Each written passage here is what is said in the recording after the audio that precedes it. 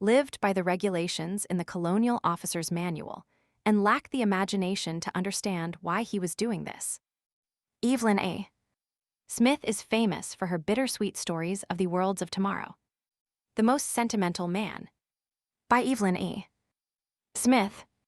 Once these irritating farewells were over with, he could begin to live as he wished and as he'd dreamed.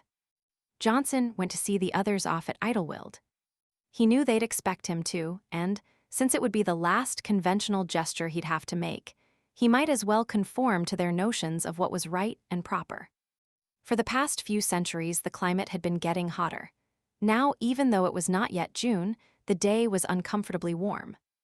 The sun's rays glinting off the bright metal flanks of the ship dazzled his eyes, and perspiration made his shirt stick to his shoulder blades beneath the jacket that the formality of the occasion had required. He wished Clifford would hurry up and get the leave-taking over with. But even though Clifford was undoubtedly even more anxious than he to finish with all this ceremony and take off, he wasn't the kind of man to let inclination influence his actions. "Sure you won't change your mind and come with us?" Johnson shook his head. The young man looked at him hatred for the older man's complication of what should have been a simple departure, showing through the pellicule of politeness. He was young for, since this trip had only slight historical importance and none of any other kind, the authorities had felt a junior officer entirely sufficient. It was clear, however, that Clifford attributed his commandership to his merits, and he was very conscious of his great responsibility. "We have plenty of room on the ship," he persisted. "There weren't many left to go. We could take you easily enough, you know." Johnson made a negative sign again. The rays of the sun beating full upon his head made apparent the gray that usually blended into the still thick blonde hair. Yet, though past youth, he was far from being an old man. "I've made my decision," he said, remembering that anger now was pointless. "If it's if you're just too proud to change your mind," the young commander said, less certainly, "I'm sure everyone will understand if... Johnson smiled. "No, it's just that I want to stay, that's all." But the commander's clear blue eyes were still baffled, uneasy, as though he felt he had not done the utmost that duty not duty to the service, but to humanity required. That was the trouble with people, Johnson thought. When they were most well-meaning, they became most troublesome. Clifford lowered his voice to an appropriately funeral hush, as a fresh thought obviously struck him. "I know, of course, that your loved ones are buried here, and perhaps you feel it's your duty to stay with them." At this, Johnson almost forgot that anger no longer had any validity. By loved ones, Clifford undoubtedly had meant Elinor and Paul. It was true that Johnson had had a certain affection for his wife and son when they were alive. Now that they were dead, they represented an episode in his life that had not, perhaps, been unpleasant, but was certainly over and done with now. Did Clifford think that was his reason for remaining? Why, he must believe Johnson to be the most sentimental man on earth. And come to think of it, Johnson said to himself, amused, I am or soon will be just that. The commander was still unconsciously pursuing the same train of thought. "It does seem incredible," he said in a burst of boyish candor that did not become him, for he was not that young, that you'd want to stay alone on a whole planet. "I mean to say entirely alone. There'll never be another ship, you know, at least not in your lifetime." Johnson knew what the other man was thinking. If there'd been a woman with Johnson now, Clifford might have been able to understand a little better how the other could stick by his decision. Johnson wriggled as sweat oozed stickily down his back. "For God's sake," he said silently, "take your silly ship and get the hell off my planet." Aloud he said, "It's a good planet, a little worn out but still in pretty good shape. Pity you can't trade in an old world like an old car, isn't it?" "If it weren't so damned far from the center of things," the young man replied, defensively assuming the burden of all civilization, "we wouldn't abandon it. After all, we hate leaving the world on which we originated. But it's a long haul to Alpha Centauri, you know that, and a tremendously expensive one. Keeping up this place solely out of sentiment would be sheer waste. The people would never stand for the tax burden." "A costly museum, yes," Johnson agreed. How much longer were these dismal farewells going to continue? How much longer would the young man still feel the need to justify himself. If only there were others, fool enough, if only there were others with you. But even if anybody else be willing to cut himself off entirely from the rest of the civilized universe, the Earth won't support enough of a population to keep it running. Not according to our present living standards anyway. Most of its resources are gone, hardly any coal or oil left, and that's not worth digging for when there are better and cheaper fuels in the system. He was virtually quoting from the colonial officer's manual. Were there any people left able to think for themselves? Johnson wondered. Had there ever been? Had he thought for himself in making his decision, or was he merely clinging to a childish dream that all men had had and lost? With man gone, Earth will replenish herself, he said aloud. First, the vegetation would begin to grow thick. Already it had released itself from the restraint of cultivation. Soon it would be spreading out over the continent, overrunning the cities with delicately persistent green tendrils. Some the harsh winters would kill, but others would live on and would multiply. Vines would twist themselves about the tall buildings and tenderly, passionately squeeze them to death, eventually send them tumbling down. And then the trees would rear themselves in their places. The swamps that man had filled in would begin to reappear one by one, as the land sank back to a pristine state. The sea would go on changing her boundaries, with no dikes to stop her. Volcanoes would heave up the land into different configurations. The heat would increase until it grew unbearable. Only there would be no human, any way to bear it. Year after year, the leaves would wither and fall and decay. Rock would cover them. And someday, billions of years thence, there would be coal and oil and nobody to want them. Very likely Earth will replenish herself, the commander agreed, but not in your time or your children's time. That is, not in my children's time, he added hastily. The handful of men lined up in a row before the airlock shuffled their feet and allowed their muttering to become a few decibels louder. Clifford looked at his wrist chronometer.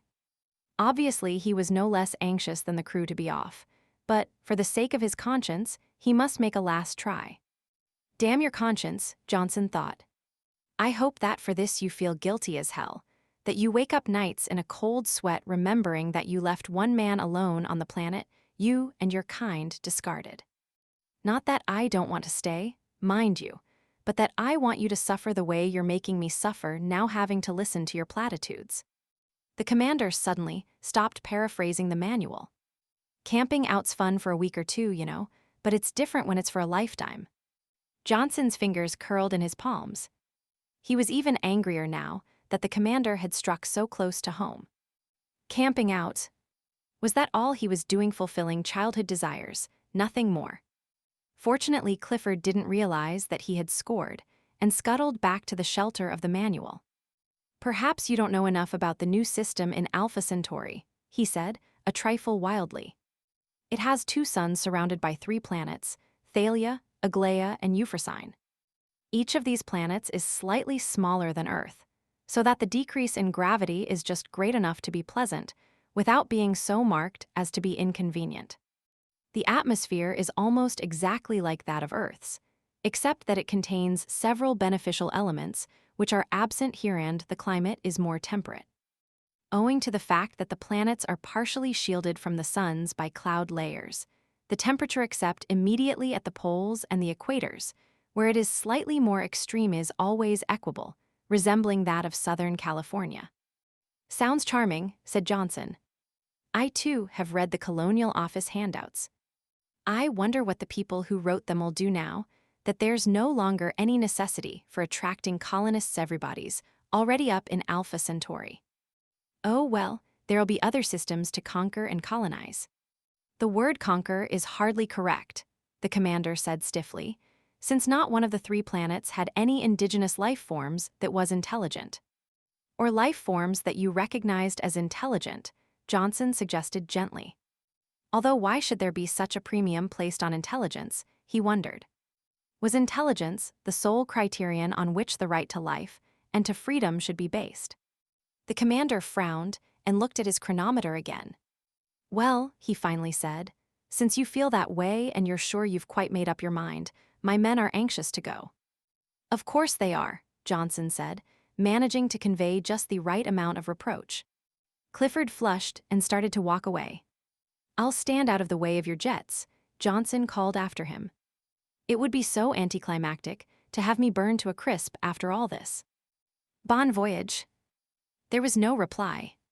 Johnson watched the silver vessel shoot up into the sky and thought, "Now is the time for me to feel a pang or even a twinge, but I don't at all. I feel relieved, in fact, but that's probably the result of getting rid of that fool Clifford." He crossed the field briskly, pulling off his jacket and discarding his tie as he went. His ground car remained where he had parked it in, an area clearly marked no parking. They'd left him an old car that wasn't worth shipping to the stars. How long it would last was anybody's guess. The government hadn't been deliberately illiberal in leaving him such a shabby vehicle. If there had been any way to ensure a continuing supply of fuel, they would probably have left him a reasonably good one. But since only a little could be left, allowing him a good car would have been simply an example of conspicuous waste, and the government had always preferred its waste to be inconspicuous. He drove slowly through the broad boulevards of Long Island, savoring the loneliness. New York as a residential area had been a ghost town for years, since the greater part of its citizens had been among the first to emigrate to the stars. However, since it was the capital of the world, and most of the interstellar, ships particularly the last few had taken off from its spaceports, it had been kept up as an official embarkation center. Thus, paradoxically, it was the last city to be completely evacuated.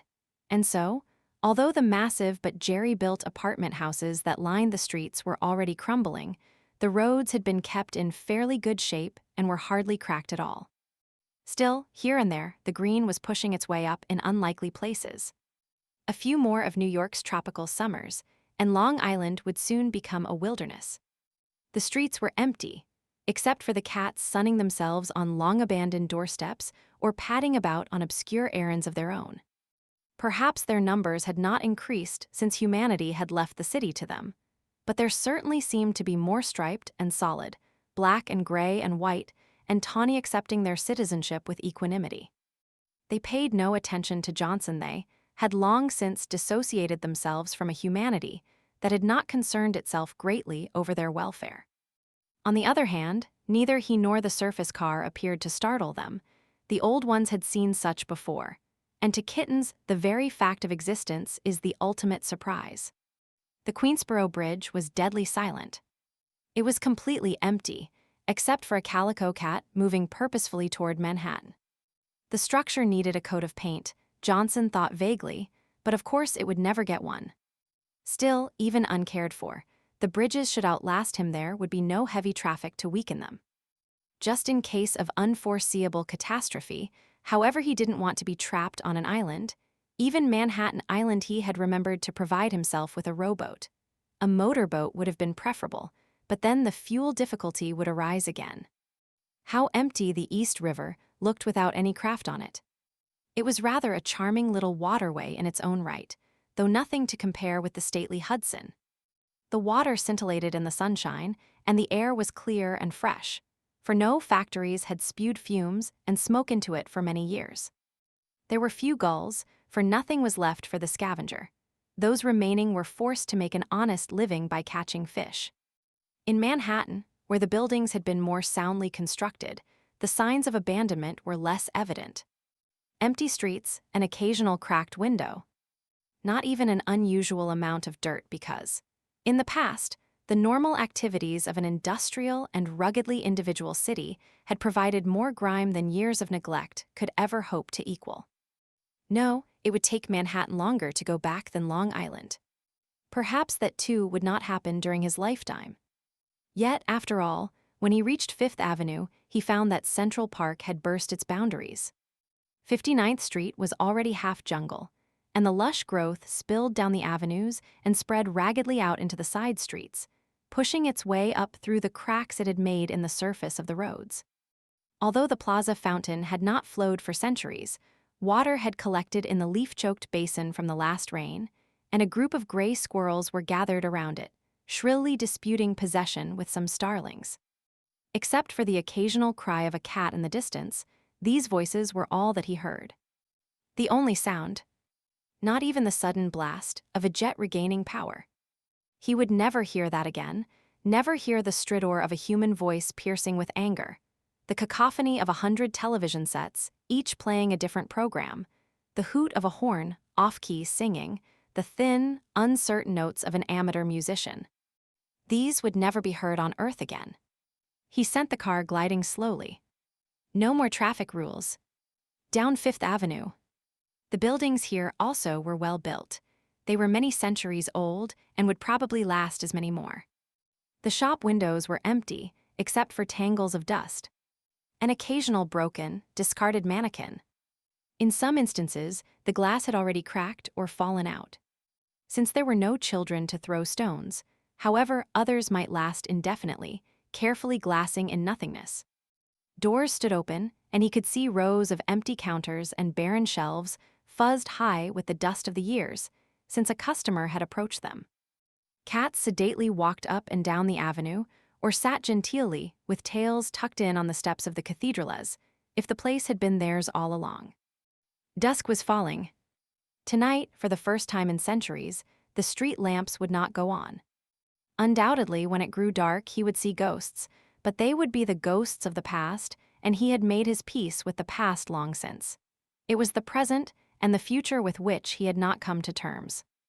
And now there would be no present, no past, no future, but all merged into one, and he was the only one. At 42nd Street, pigeons fluttered thickly around the public library. Fat as ever, their numbers greater, their appetites grosser. The ancient library, he knew, had changed little inside. Stacks and shelves would still be packed thick with reading matter. Books are bulky, so only the rare editions had been taken beyond the stars. The rest had been microfilmed, and their originals left to Johnson and Decay. It was his library now, and he had all the time in the world to read all the books in the world, for there were more than he could possibly read in the years that, even at the most generous estimate, were left to him. He had been wondering where to make his permanent residence, for, with the whole world his, he would be a fool to confine himself to some modest dwelling. Now he fancied it might be a good idea to move right into the library. Very few places in Manhattan could boast a garden of their own. He stopped the car to stare thoughtfully at the little park, behind the grimy monument to neoclassicism. Like Central Park, Bryant had already slipped its boundaries and encroached upon 6th Avenue of the world, the street signs said now, and before that it had been Avenue of the Nations and Avenue of the Americas, but to the public it had always been 6th Avenue, and to Johnson, the last man on Earth, it was 6th Avenue. He'd live in the library while he stayed in New York. That was, he'd thought that in a few weeks, when it got really hot, he might strike north. He had always meant to spend a summer in Canada. His surface car would probably never last the trip, but the Museum of Ancient Vehicles had been glad to bestow half a dozen of the bicycles from their exhibits upon him. After all, he was, in effect, a museum piece himself, and so as worth preserving as the bicycles. Moreover, bicycles are difficult to pack for an interstellar trip. With reasonable care, these might last him his lifetime. But he had to have a permanent residence somewhere, and the library was an elegant and commodious dwelling, centrally located. New York would have to be his headquarters, for all the possessions he had carefully amassed and collected, and begged and since money would do him no good anymore bought, were here. And there were by far too many of them to be transported to any really distant location. He loved to own things. He was by no means an advocate of Rousseau's complete return to nature. Whatever civilization had left that he could use without compromise, he would end thankfully. There would be no electricity, of course, but he had provided himself with flashlights and bulbs and batteries, not too many of the last, of course, because they'd grow stale. However, he'd also laid in plenty of candles and a vast supply of matches. Tins of food and concentrates and synthetics, packages of seed should he grow tired of all these and want to try growing his own fruit, he knew would be growing wild soon enough. Vitamins and medicines, of course, were he to get really ill or get hurt in some way, it might be the end. But that was something he wouldn't think of, something that couldn't possibly happen to him. For his relaxation, he had an antique hand-wound phonograph, together with thousands of old-fashioned records. And then, of course, he had the whole planet, the whole world to amuse him. He even had provided himself with a heat-ray gun and a substantial supply of ammunition, although he couldn't imagine himself ever killing an animal for food. It was squeamishness that stood in his way rather than any ethical considerations, although he did indeed believe that every creature had the right to live. Nonetheless, there was the possibility that the craving for fresh meat might change his mind for him. Besides, although hostile animals had long been gone from this part of the world, the only animals would be birds and squirrels, and farther up the Hudson, rabbits and chipmunks and deer. Perhaps an occasional bear in the mountains who knew what harmless life form might become a threat now that its development would be left unchecked. A cat sitting atop one of the stately stone lions outside the library met his eye with such a steady gaze of understanding, though not of sympathy, that he found himself needing to repeat the by now almost magic phrase to himself. Not in my lifetime, anyway. Would some intelligent life form develop to supplant man? Or would the planet revert to a primeval state of mindless innocence? He would never know, and he didn't really care. No point in speculating over unanswerable questions. He settled back luxuriously on the worn cushions of his car. Even so little as 20 years before, it would have been impossible for him for anyone to stop his vehicle in the middle of 42nd Street and 5th Avenue purely to meditate. But it was his domain now. He could go in the wrong direction on one-way streets, stop wherever he pleased, drive as fast or as slowly as he would, and could, of course. If he wanted to do anything as vulgar as spit in the street, he could, but they were his streets now, not to be sullied. Cross the roads without waiting for the lights to change. It would be a long, long wait if he did. Go to sleep when he wanted, eat as many meals as he wanted whenever he chose. He could go naked in hot weather, and there'd be no one to raise an eyebrow, deface public buildings, except that they were private buildings now, his buildings, idle without the guilty feeling that there was always something better he could and should be doing. Even if there were not. There would be no more guilty feelings. Without people and their knowledge, there was no more guilt. A flash of movement in the bushes behind the library caught his eye. Surely that couldn't be a fawn in Bryant Park. So soon. He'd thought it would be another 10 years at least before the wild animals came sniffing timidly along the Hudson, venturing a little further each time they saw no sign of their age-old enemy. But probably the deer was only his imagination. He would investigate further after he had moved into the library. Perhaps a higher building than the library. But then he would have to climb too many flights of stairs. The elevators wouldn't be working. Silly of him to forget that. There were a lot of steps outside the library to it would be a chore to get his bicycles up those steps. Then he smiled to himself. Robinson Crusoe would have been glad to have had bicycles and steps, and such relatively harmless animals as bears to worry about. No, Robinson Crusoe never had it so good as he, Johnson, would have, and what more could he want? For whoever before in history had had his dreams end what was wrong with dreams, after all, so completely gratified? What child, envisioning a desert island all his own, could imagine that his island would be the whole world? Together Johnson and the earth would grow young again. No, the stars were for others. Johnson was not the first man in history who had wanted the earth, but he had been the first man and probably the last who had actually been given it. And he was well content with his bargain. There was plenty of room for the bears too.